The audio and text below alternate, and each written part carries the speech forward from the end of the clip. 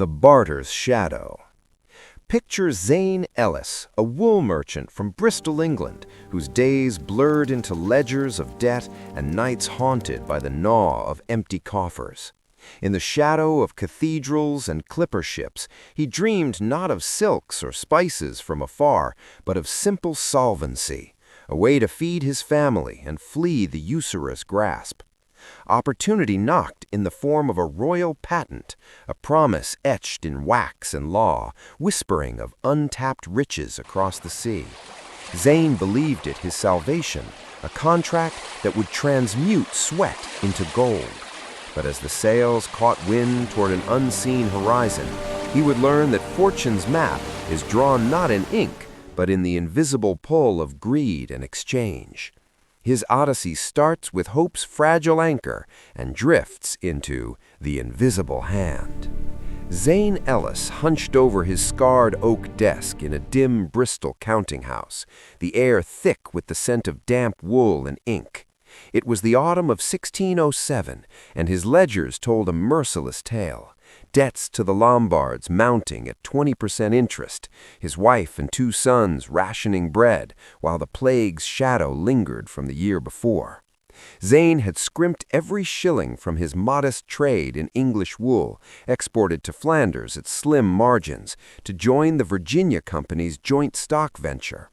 The patent, granted by King James I, promised shares in a new colony, land for tobacco, gold for the taking, all under the banner of mercantilism.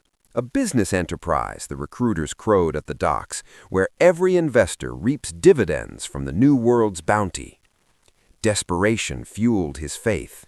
Mr. Reginald Blackwood, the company's agent, a sharp-eyed man with a gold chain denoting his guild status, laid it out plain. "Sign here, Ellis. Your £50 buys a share in the charter. No usury, no serfdom to lords. The Indians trade freely. You'll barter beads for pelts, then ship back wealth to pay your crown taxes and more. The patent binds us all. Profits divided fair, risks shared."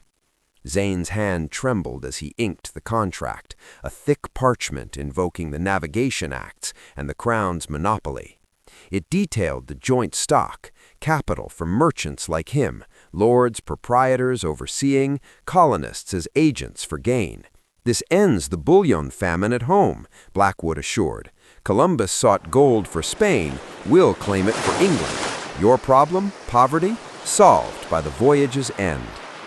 The Sea Venture lurched across the Atlantic, a creaking behemoth laden with 150 souls, tools, and trinkets for trade.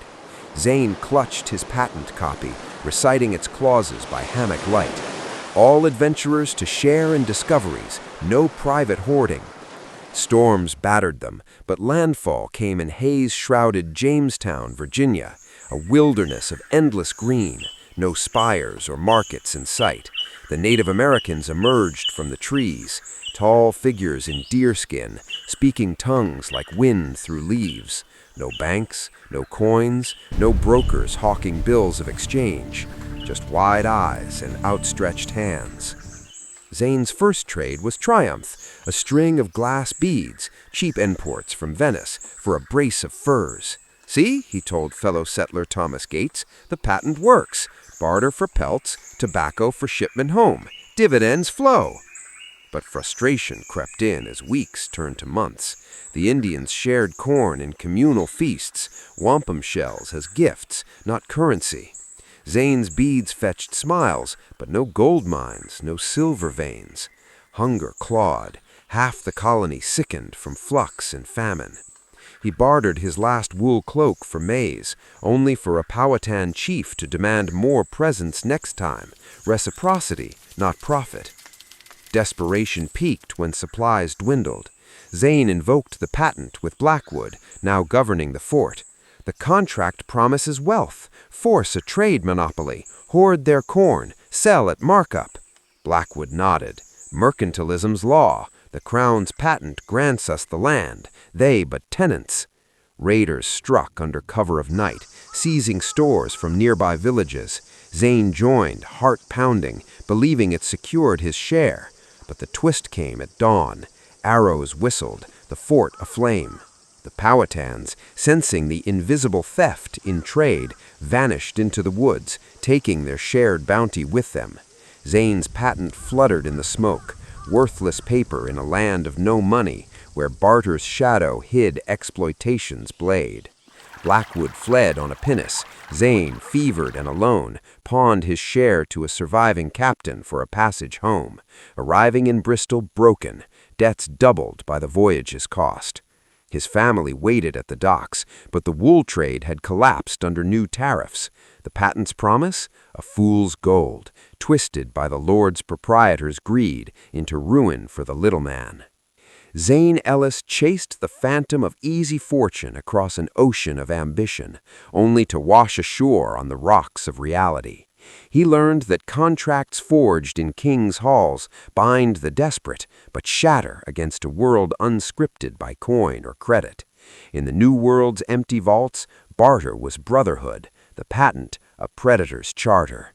Zane returned to his ledgers, but the entries now whispered of a harsher truth. Wealth's hand is invisible, impartial, and often cruel, guiding some to empires, others to oblivion. A lesson bartered in blood and beads under the invisible hand.